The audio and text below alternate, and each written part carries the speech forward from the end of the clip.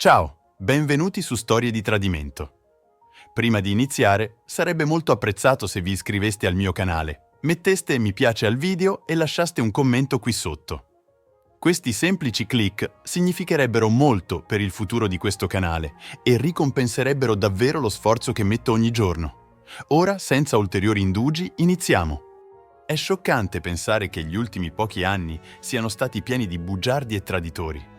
Pensavo che il mio matrimonio fosse solido e le mie amicizie sincere, circondato solo da persone care.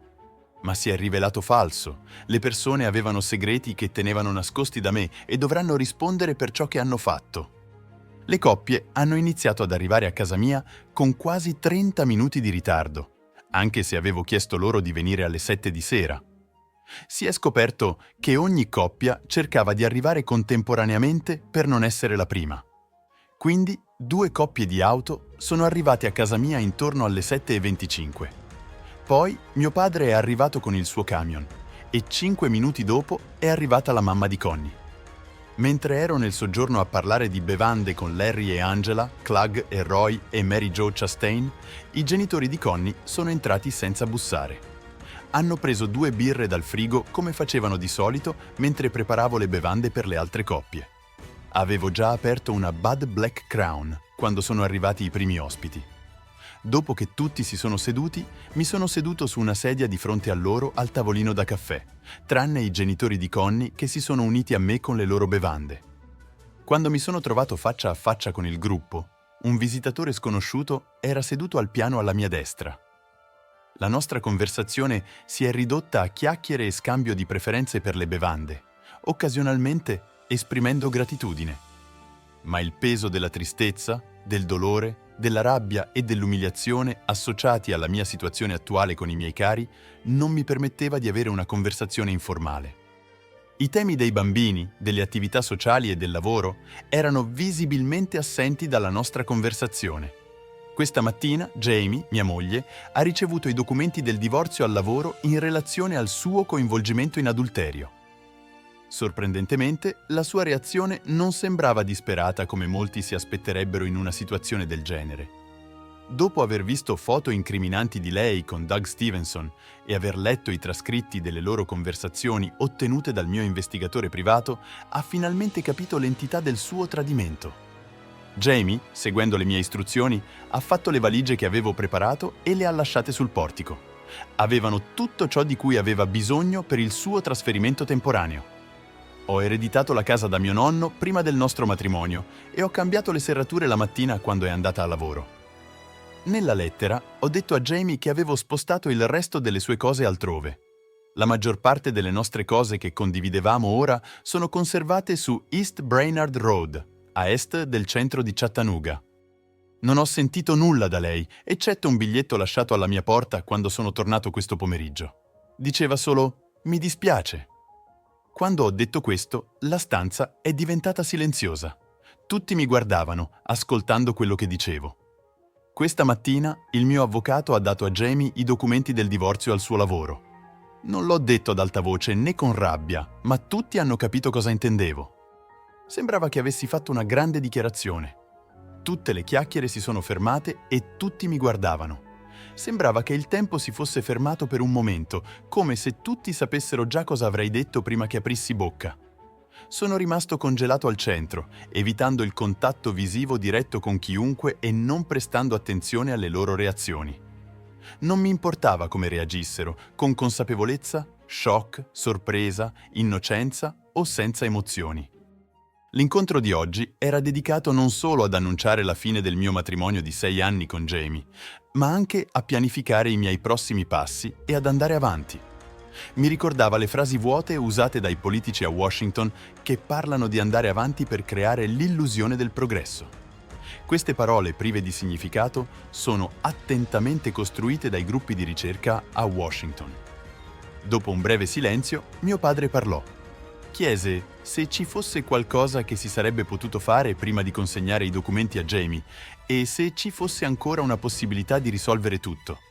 Esitai, sentendo un misto di rabbia e delusione per gli eventi della serata. Mary Jo, sempre la più socievole del gruppo, intervenne. Disse a mio padre che probabilmente avevo pensato a tutto prima di fare qualcosa a Jamie, perché mi conosce bene. Mentre Roy pensava a quello che Mary Jo aveva detto, lei, Gilly, toccò leggermente il braccio. In un'altra situazione avrebbe apprezzato il gesto, potendo controllare i suoi sentimenti, ma non quella notte. Solo 3 mesi fa, Roy era d'accordo con me, dicendo che sembrava davvero una riunione segreta da dove stava seduto. Roy ed io stavamo rilassandoci al Buffalo Wild Wings, bevendo birra e guardando il basket. Notai un comportamento strano in un angolo. Un'ora fa, una bella donna bionda sulla Trentina era entrata con altre 2 donne. Un uomo sulla Trentina, vestito in modo formale e fuori luogo, era arrivato solo 10 minuti fa. Si erano rapidamente diretti in un angolo tranquillo. Lei aveva lasciato le sue amiche e lui, dopo aver preso la sua bevanda al bar, aveva capito subito dove andare. Era ovvio che questo incontro era stato pianificato, altrimenti conoscevano l'ordine delle cose. Le loro fedi nuziali indicavano che erano sposati, ma altri segnali suggerivano che non fossero sposati tra loro. Quando pensai ai recenti cambiamenti nel comportamento di Jamie verso di me, diventò chiaro che il suo affetto e interazione non erano più positivi. Se dovessi incontrare persone infedeli in pubblico, cosa faresti? Anche se il pensiero di dire a un partner dell'infedeltà può causare rabbia e ostilità, non pensi che il coniuge tradito meriti di sapere la verità? In caso di infedeltà, quando si tratta di un marito infedele, la moglie ha il diritto di sapere. Roy non era originario del Tennessee.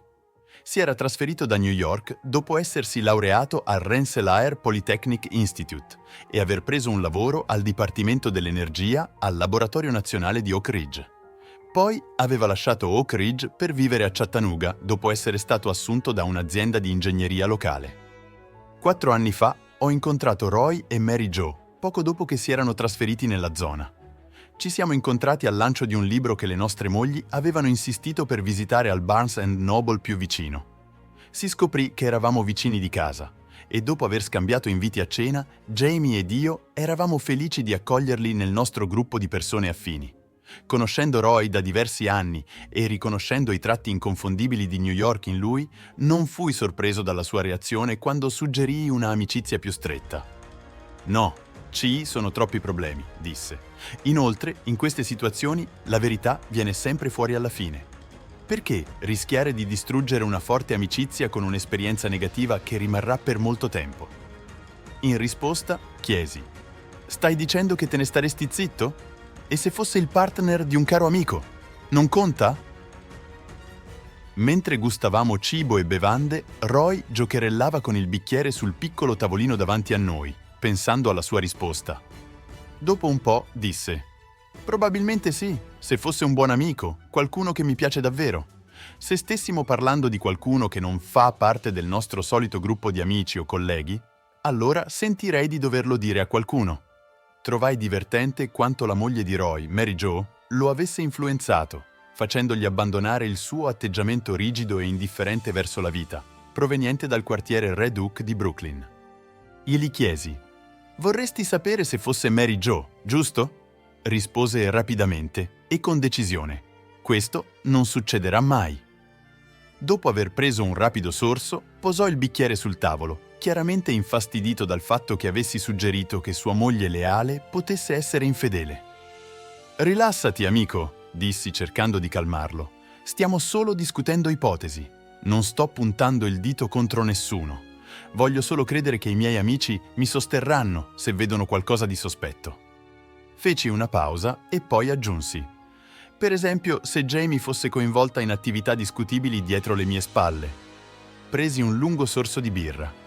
Il sorriso di Roy, alla menzione di una vecchia pubblicità di Ernest P. World con Jim Varney, addolcì la sua ostilità iniziale alle mie parole.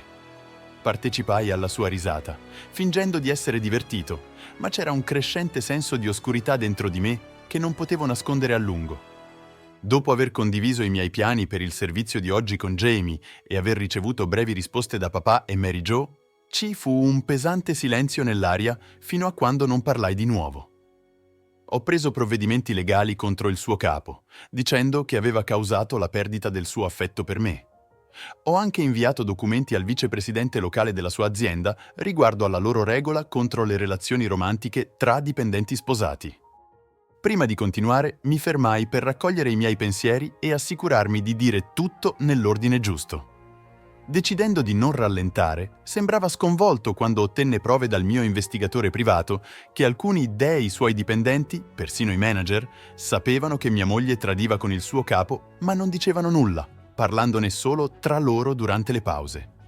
Ero veramente arrabbiato e la mia faccia lo mostrava, pensando a cosa era successo e a come i colleghi di mia moglie l'avevano aiutata a tradirmi, mi scioccò. Vedendo quanto fosse tesa l'atmosfera, le altre coppie lì rimasero saggiamente in silenzio, lasciandomi esprimere la mia delusione senza interruzioni. Era interessante scoprire che in Tennessee non si può più fare causa per alienazione dell'affetto, ma anche se con foto e persone che avevano visto Jamie e il suo amante condividere una stanza durante un viaggio di lavoro a Charlotte 3 mesi fa, il giudice nella contea di Mecklenburg, dove è successo, ha permesso al mio avvocato di continuare con il caso. Sembra che i locali stiano pagando alcune delle spese legali, indipendentemente da cosa succederà con il caso. Clint, devi avere davvero grossi problemi con questa azienda se stai facendo tutto questo per una causa, disse Larry. È più di questo, amico, risposi ancora arrabbiato, ma rendendomi conto che stasera avrebbe cambiato alcune relazioni per sempre. Presi una cartella e tirai fuori una busta.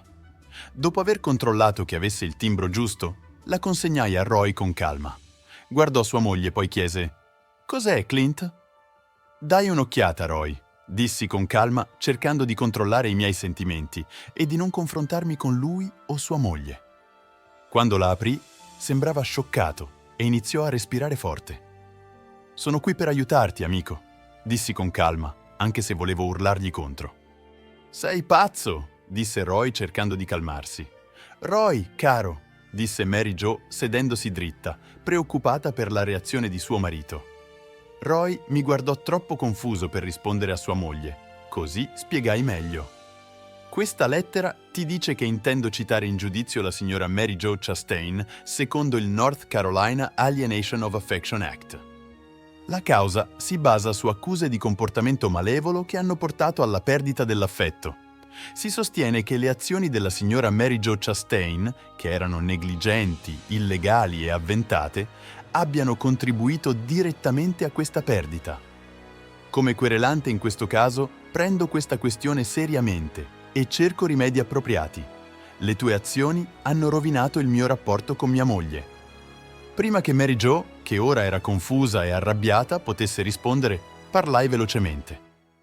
«Sapevi della situazione da mia moglie, ma hai scelto di tenermela nascosta, Mary Jo». «Hai fatto una cosa terribile», risposi con calma. «Non sono io quello che lei ama». «Dai questi documenti a Doug con cui sta uscendo», dissi. La guardai con una faccia amara. Mi rivolsi a Mary Jo e chiesi: «Sapevi che Jamie ed io eravamo innamorati prima che iniziasse a frequentare Doug?» Mary Jo sembrava confusa, ma annuì, non nascondendo i suoi pensieri. «Sembravate davvero innamorati», disse, mostrando chiari segni di innamoramento. Ma la fermai e continuai a parlare. «Pensi che Jamie e io avessimo problemi come coppia a causa della sua relazione con Doug? Questo ha reso le cose difficili o forse le ha rovinate?» Mary Jo sospirò e disse a malincuore: «Probabilmente sì». Ma continuai, chiedendo: «Le azioni di Jamie, non dicendomi niente, e il comportamento di Doug hanno avuto un ruolo diretto in questo?» Stando vicino a Doug in modo non appropriato, Jamie ha rischiato di rovinare il nostro amore reciproco. Sapevi o avresti dovuto sapere che Jamie parlando con Doug avrebbe causato problemi tra noi. Roy intervenne per proteggere sua moglie. «Ascolta, Clint, devi affrontare la verità. Siamo amici da molti anni. Ci stai accusando di essere i cattivi, quando sono stati tua moglie e il suo capo a causare tutto questo». Mary Jo diventò sempre più arrabbiata e interruppe suo marito, insistendo che non potevo provare nessuna delle mie affermazioni e sottolineando che non c'era una singola legge in Tennessee che supportasse i miei argomenti. Con un tono condiscendente e un sorriso, Le ricordai che esiste la legge dei torti in North Carolina. Mary Jo si fermò, preparandosi per il prossimo argomento, ma intervenni e usai il viaggio con le ragazze a Nag's Head come ultimo argomento. Alzai le sopracciglia mentre continuavo a parlare. Mary Jo si fermò. Gli occhi si strinsero mentre cercava di ricordare il viaggio con mia moglie Jamie, la loro amica Angela Klug, che era seduta accanto a lei ora, e persino con la mia matrigna, la mamma di Connie. Jamie ed io abbiamo un appartamento a Kissimmee, Florida. Devo ricordare all'avvocato di assicurarsi che Jamie ottenga la multiproprietà quando finiamo l'accordo di divorzio, altrimenti sarà difficile liberarsene. Siamo anche parte di un gruppo di multiproprietà, quindi possiamo scambiare una settimana a Kissimmee per un soggiorno in un altro resort. Recentemente, Jamie ha organizzato una festa di addio al nubilato a Duck, North Carolina, in un resort chiamato Nag's Head. Questo è successo proprio dopo che ha iniziato a frequentare Doug. Mary Jo, Angela ed io abbiamo pianificato le nostre vacanze insieme in modo da poter fare la nostra parte da ragazze. Avvicinandosi il viaggio, ho chiesto a Jamie di portare sua matrigna per una supervisione extra, perché ero preoccupato per il suo comportamento.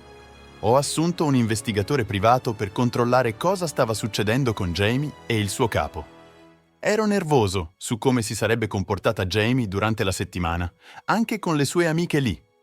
La mamma di Connie ha accettato di unirsi a loro per tenere d'occhio la situazione. Quando Mary Jo ha chiesto di Doug, l'ho ignorata e ho cambiato argomento parlando del nostro impianto stereo.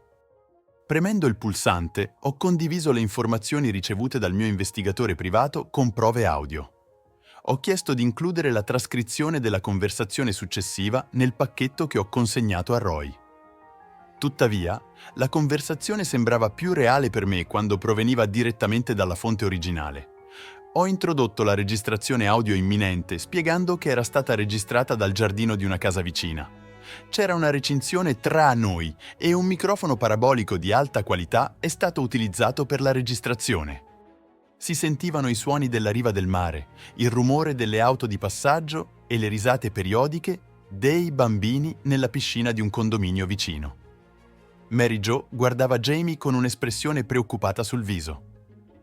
«Non ti coinvolgerai seriamente in questo, vero? Pensavo che tu e Clint foste... Beh, non importa», disse sorridendo giocosa. «Sì, è vero, ma stare con Doug è così emozionante e segreto. So che non durerà a lungo. Mi divertirò con questa avventura e poi tornerò a Clint. Sono impegnata con Clint per sempre». «Jamie, fino alla prossima tentazione, intendi dire?» «No, Mary Jo, non ci sarà una prossima volta. Questa è un'occasione unica. Devi fidarti di me, amica. Non appena mi lascerò con Doug, o se lui mi supererà, sarà finita. Mi concentrerò di nuovo su Clint e inizieremo finalmente a costruire la nostra famiglia, che è ciò di cui abbiamo sempre parlato». «Sono scioccata, Jamie. Questo non è da te. Non potrei farlo a Roy, si sentirebbe solo a disagio. Sono delusa e dubito della sua mascolinità rispetto a un altro uomo con cui potrei tradire. Forse è solo il brivido e la novità della situazione, l'eccitazione di essere un po' ribelle prima di dedicare tutta la mia vita a Clint, ma potrebbe essere di breve durata se lui scoprisse di Doug». Dopo un momento di silenzio, Jamie chiese esitante: «Non mi tradirai, vero?» Il microfono dell'investigatore privato registrò il suono del suo sospiro, che si poteva sentire anche a distanza dalla recinzione. Rispose, la sua voce suonava riluttante: «Ma non mentirò attivamente nemmeno. Capisci?» Fermato la riproduzione premendo il pulsante del telecomando. Quando la registrazione della loro conversazione, avvenuta poche settimane fa in North Carolina, fu riprodotta, notai che l'espressione di Mary Jo si scuriva e Roy diventava più ostile. «Sei un personaggio disgustoso», esclamò Roy. «Non avevi il diritto di spiare e registrare mia moglie. Posso citarti in giudizio per aver invaso la nostra privacy». Lo interruppi. «Basta», dissi. Come disse Ronald Reagan durante un dibattito repubblicano nel 98, ho pagato per questo microfono. E non solo, ma sono anche il legittimo proprietario della multiproprietà.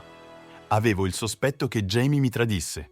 Così ho comprato una settimana extra al resort e l'ho data al mio investigatore privato in modo che potesse essere legalmente sulla spiaggia e registrare i suoni. Ma sfortunatamente, mentre il mio detective stava sistemando la sua attrezzatura sulla terrazza accanto alla nostra casa, la mia infedele ex moglie e tua moglie, troppo desiderosa di coprire un tradimento, hanno iniziato a parlare.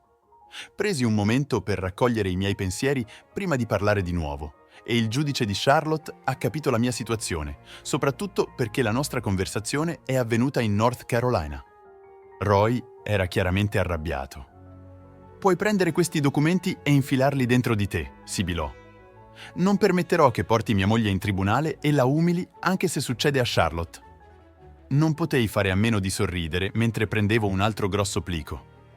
Lo passai a Roy attraverso il tavolo. «Oh, non sarà l'unica a subire l'umiliazione pubblica, Roy». Roy afferrò arrabbiato la seconda busta e quasi la strappò per vedere cosa c'era dentro. Un attimo dopo era in piedi, sputando le parole. «Bastardo, devi essere pazzo!» Risposi il più calmo possibile.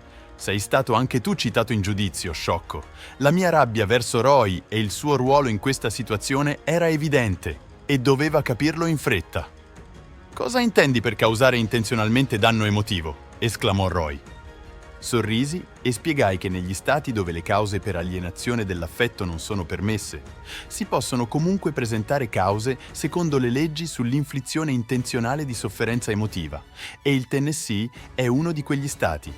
Sto intentendo una causa contro di te per comportamento oltraggioso con l'intento di causare al querelante sofferenza emotiva o con disprezzo avventato per la probabilità di causare tale sofferenza.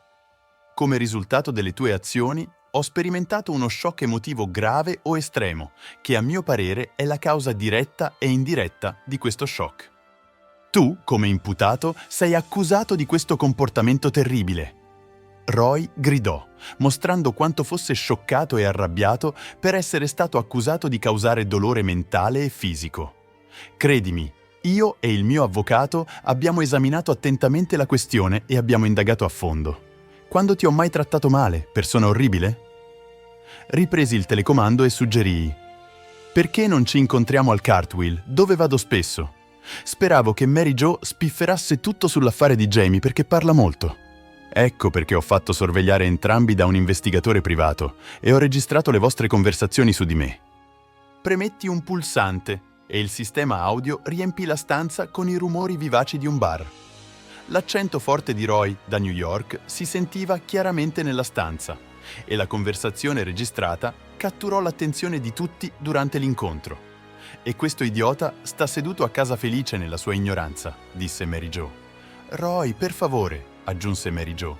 «Ho promesso a Jamie che non avremmo detto a nessuno, ma qualcuno intervenne e il tuo amico si chiama Clint, giusto? È Clint Hood, il ragazzo che viene qui a volte?» «Sì, è lui. È un po' sciocco, ma è ancora un amico. È divertente chiacchierare con lui, prenderlo in giro mentre giochiamo a golf e parlare di lui, soprattutto dato che sua moglie e il suo capo sembrano approfittarsi di lui». Le persone al bar risero fragorosamente quando sentirono il commento di Roy. Mi voltai verso di lui e dissi: «Bene, sembra che io sia diventato uno spettacolo pubblico quando vengo bullizzato in un ambiente familiare, perché ero solito frequentare spesso questo posto per rilassarmi. Ma grazie alle azioni di Jamie e alle tue parole sfacciate, ora devo cercare un nuovo posto dove rilassarmi con un drink, giocare a biliardo e freccette e fare nuove amicizie. Dopo aver intentato causa e concluso la nostra amicizia, ecco come sono andate le cose», aggiunsi con un sorriso sarcastico. «Ho già sistemato tutto». Poi presentai un altro documento al gruppo. «Questo è il rapporto principale del psicoterapeuta che il mio avvocato mi ha portato la scorsa settimana», spiegai. «Dice chiaramente che ho sperimentato sofferenza emotiva in varie forme, tra cui angoscia mentale, dolore, ansia, umiliazione e abuso, e tutti contribuiscono al mio reflusso acido». Quando Roy e Mary Jo si alzarono visibilmente turbati e imbarazzati senza dire una parola, mi rivolsi a loro gentilmente, permettendo loro di andarsene, dicendo che ci saremmo visti in tribunale. Roy, ancora visibilmente arrabbiato, osservò Mary Jo raccogliere i documenti che avevano ricevuto.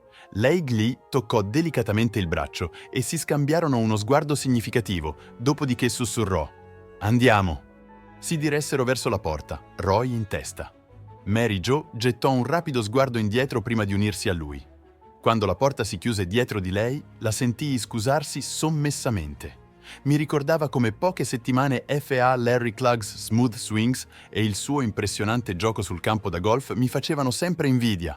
Nonostante avesse problemi con il colpo di wedge, i suoi tiri forti dal tee non cessavano mai di impressionarmi. Larry non aveva eguali sul campo da golf, specialmente nel gioco corto, che già le permetteva di battermi costantemente durante i nostri round. Mentre colpivamo le palline sul campo da golf e chiacchieravamo casualmente, trovavo conforto nella compagnia di un amico e mi distraevo dalla nostra conversazione. Ho conosciuto Larry più di 10 anni fa a Chattanooga, dove eravamo compagni di classe. Abbiamo sempre avuto un buon rapporto, ma si è rafforzato ulteriormente quando ci siamo iscritti allo stesso country club. Mi invitarono al loro matrimonio e un anno dopo li invitai al nostro quando io e Jamie ci siamo sposati. Da allora la nostra amicizia è cresciuta ancora di più e sono diventati una delle nostre coppie preferite con cui trascorrere del tempo, godendo della vita e rilassandoci insieme. Pensai tra me e me in silenzio. Forse dovrei semplicemente lasciarla andare e andare avanti. Ma non riuscivo a dimenticare tutto l'amore che avevo messo in una donna che era infedele, subdola e disonesta. Era difficile per me accettare il tradimento di Jamie e la fine del nostro matrimonio mentre affrontavo i miei sentimenti. Anche se ero arrabbiato per tutto ciò che stava accadendo, non potevo ignorare il dolore che provavo. Amavo Jamie con tutto il cuore e, anche dopo che mi aveva tradito, quell'amore rimaneva. Cercare consigli da amici fidati come Larry mi aiutava a far fronte al senso di isolamento e a prendere decisioni importanti. «È semplice», disse Larry mettendo un'altra pallina da golf sul tee accanto alla mia, preparandosi a fare un discorso. Si alzò e si rivolse a me. Forse l'uomo infelice manterrà alcuni sentimenti per lei per il resto dei suoi giorni, ma una persona saggia si attiene al principio economico di base. Non cercare mai di recuperare investimenti perduti o versare ulteriori fondi in un'impresa fallita nella speranza di riportarla allo stato originale. Non è semplicemente fattibile. Cos'è che ha improvvisamente suscitato la tua curiosità riguardo ai partner infedeli? Beh, ho sentito voci che il collega di Jamie possa tradire sua moglie con qualcuno di nome Jamie. Mi ha fatto pensare a che consiglio darei se mi chiedesse il mio parere, quindi mi sono rivolto ai miei amici per ascoltare i loro punti di vista e formare il mio. È solo che questo argomento mi è stato in mente ultimamente. Dopo aver ascoltato la spiegazione, Larry sembrava calmarsi. Annuì silenziosamente e tornò a concentrarsi sul suo colpo di golf, eseguendo un altro tiro impeccabile, il che mi fece invidiare. Larry mi guardò con simpatia quando tutti sentimmo l'auto di Roy e Mary Jo avviarsi nel mio vialetto. Angela era silenziosa, il suo sguardo fisso al centro del tavolino da caffè. La condensa si raccoglieva sui bicchieri lasciati sul tavolo, formando gocce sui sottobicchieri, ma rimanevano saldamente sulla superficie in legno lucido.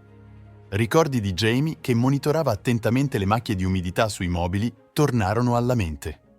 La mamma di Connie chiese a papà se voleva altra birra, ma lui disse di no scuotendo la testa e guardandomi con simpatia. Angela poi parlò, rivolgendosi direttamente a me.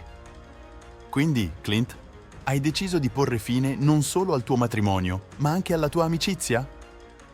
Il tono di Angela non era accusatorio, ma non sembrava nemmeno così di supporto come mi aspettavo. Angela, tu e Larry siete cattolici, giusto? Chiesi improvvisamente, facendoli entrambi sembrare confusi. Sì, ma cosa c'entra questo con... Larry iniziò, guardando perplesso. Sai del concetto cattolico di scomunica? Chiesi. Larry annuì e disse: Sì, è quando la Chiesa ti butta fuori di casa. Intervenni dicendo: Non esattamente. Anche se sono metodista, so che nella Chiesa cattolica un membro può essenzialmente scomunicarsi scegliendo di andare contro ciò che la Chiesa crede.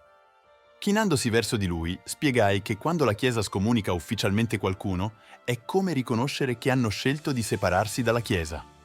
Lo paragonai a un divorzio, quando il tribunale rende ufficiale ciò che è già accaduto nel matrimonio. Nella mia causa contro Roy e Mary Jo, ho chiarito che volevo che il tribunale confessasse pubblicamente che loro avevano concluso la nostra amicizia con le loro azioni. Questo includeva ciò che avevano fatto direttamente e ciò che avevano trascurato di fare per aiutare con i problemi che hanno portato al mio divorzio da Jamie. Ci fu una breve pausa prima che qualcuno parlasse. Il silenzio terminò quando gettai un altro grosso plico sul tavolino. Larry alzò lo sguardo e vide la tristezza nei miei occhi.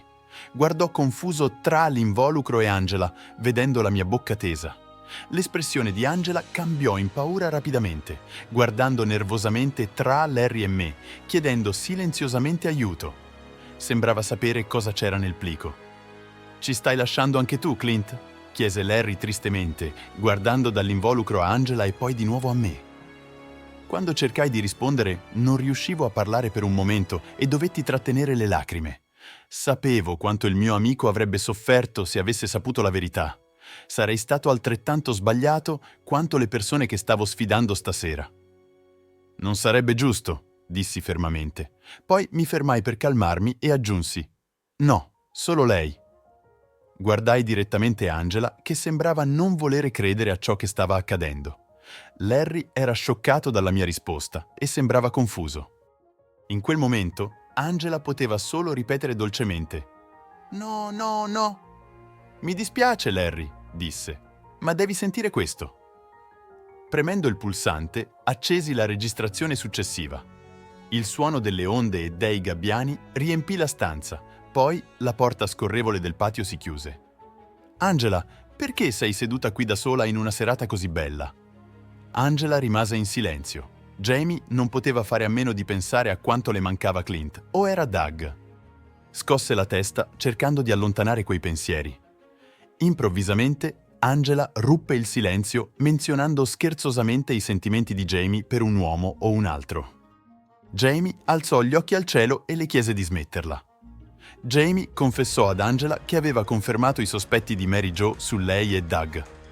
Angela sospirò e chiese se Jamie aveva confessato la verità a Mary Jo. Jamie scrollò le spalle e spiegò che l'aveva semplicemente ammesso quando Mary Jo glielo aveva chiesto, come se sapesse già tutta la storia. Angela promise di non rivelare il segreto, ma con un snort scettico dubitò della sua capacità di mantenerlo, conoscendo l'inclinazione di Mary Jo a spargere pettegolezzi. Angela era sicura che il segreto sarebbe rapidamente arrivato alle orecchie di Roy. Jamie espresse preoccupazione che Roy potesse violare il codice maschile nascondendo la verità a Clint per non essere accusato di portare brutte notizie. Angela sperava che la previsione di Jamie fosse corretta. «Solo perché lo sappiate, ho mantenuto questo segreto da quando me ne hai parlato quando tu e Doug avete iniziato a frequentarvi. Sono grata a te per questo, amica. Sembra che tu mi stia aiutando ora per ringraziarmi di esserti stata accanto quando tutto è sfuggito di mano». «Oh, Jamie, voglio davvero ringraziarti per avermi aiutato durante l'evento di Capodanno al Country Club. Di solito non bevo molto, quindi sono davvero grata per il tuo aiuto a pulire dopo che mi hai trovato con Javier dietro al negozio quella notte. Se non fosse stato per te, Larry avrebbe potuto lasciarmi e avrebbe potuto scoprire che Javier era il CEO del club e che aveva organizzato i nostri incontri segreti nei bungalow per ospiti del club per quasi un anno». Quando fermò la registrazione, per i successivi 15 secondi si sentivano solo i grilli che cantavano e le rane che gracidavano in sottofondo. Angela iniziò a respirare pesantemente e rumorosamente. Stava per piangere. Larry abbassò il volto nelle mani mentre si avvicinava, decidendo di non toccarla. Sussurrò dolcemente, riuscendo a malapena a pronunciare le parole per la sorpresa e forse la vergogna. «No, Larry, non è così». Larry finalmente alzò lo sguardo e incontrò il mio sguardo, il suo volto privo di emozioni. «Sì», mormorai, consegnandogli un CD con una registrazione audio e un affidavit firmato dal mio investigatore privato che ne confermava l'autenticità. Poi si alzò e mi porse la mano. «Sei un vero amico per avermelo detto. Non preoccuparti, non me la prenderò con il messaggero. Andiamo a casa, Angela, devi preparare le tue cose», dichiarò Larry, dirigendosi verso la porta senza preoccuparsi se sua moglie lo avrebbe accompagnato. Angela mi guardò I suoi occhi riflettevano la tristezza e la rabbia causate dall'imminente divorzio. «Sei felice ora?» sibilò prima di seguire Larry. «No, non proprio», sussurrai dolcemente. Gli eventi della settimana precedente non mi lasciavano tranquillo. Se lei chiaramente voleva andarsene, secondo me era meglio separarsi mentre c'era ancora tempo per andare avanti e trovare la propria felicità.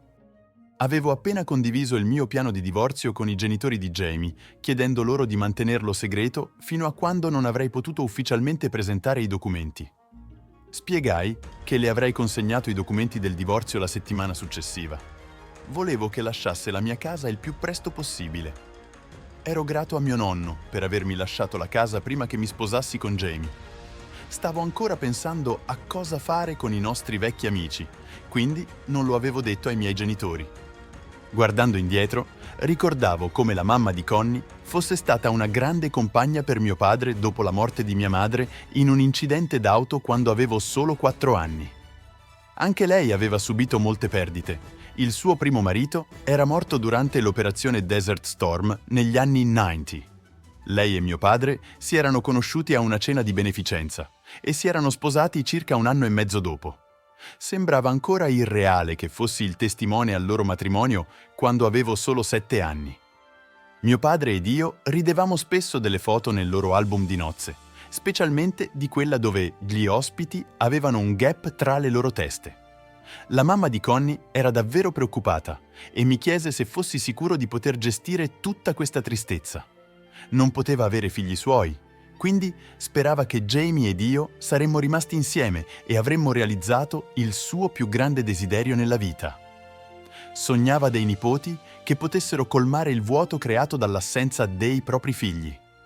Riflettendo sulla situazione, le parole della mamma di Connie riguardo alle circostanze sfortunate risuonavano nella mia mente. Cosa stava suggerendo? Ha anche detto che aveva paura di me fin dall'inizio, il che mi confonde perché, per come mi ha trattato, a volte fredda come una roccia e altre volte super affettuosa, non sembrava così. Ad ogni modo, questo mi ha completamente distrutto. Ho persino riso e le ho detto che la mia vita sembrava una commedia. Dopo averla supplicata di non lasciarmi, sono andato a casa di mia madre e dopo un paio d'ore sono tornato a casa. Abbiamo 2 bambini che dormivano. Ho cercato di parlare con lei, ma tutto ciò che ho ottenuto è stato freddezza. Poi, dopo circa 1 ora, è crollata pesantemente, dicendomi che non voleva perdermi e che voleva riprendersi tutto ciò che aveva detto. Mi sono allontanato un po', ma alla fine l'ho perdonata. Le ho detto di promettermi che avrebbe cercato aiuto con me perché sapevamo che era depressa dopo aver avuto i bambini. Comunque, i giorni successivi sono andati molto bene, con tanto sesso e amore. Poi, un giorno, sembrava una persona completamente diversa, di nuovo fredda. Sapevo che aveva un amico con cui giocava e parlava su Discord, ma pensavo fossero solo amici. L'ho affrontata riguardo al fatto che nascondeva il telefono e non lo lasciava mai. Le ho chiesto se c'era qualcosa che non andava e improvvisamente ha detto: «Sono innamorata di un ragazzo del mio server Discord». Sembrava irreale dopo tutto ciò che era successo, ma ho rotto immediatamente con lei. Mi ha detto che aveva scambiato messaggi sessuali con lui e ho ricordato la notte prima, quando mi sono svegliato a causa del mio bambino più piccolo e l'ho sentita chiudere a chiave una porta. Non ci avevo pensato molto, ma mi ha detto che stava scambiando messaggi sessuali con lui mentre i nostri bambini e io dormivamo. Ora è a casa di sua madre con entrambi i bambini da 2 settimane e non mi lascia portarli a casa nemmeno per un giorno. Anche quando li vedo, devo essere sorvegliato perché ha mentito alla sua famiglia dicendo che ha paura di me e che c'è una brutta atmosfera a casa mia. Questa è la sua scusa per non lasciarmi avere i bambini. Mi sento escluso, come se non avessi controllo su nulla. Mi ha controllato per gli ultimi 6 anni e ha abusato della mia gentilezza. Ora vedo chiaramente tutto questo, ma non so più cosa fare. Grazie per aver guardato il mio video. Se ti è piaciuto lascia un like ed un commento. Alla prossima!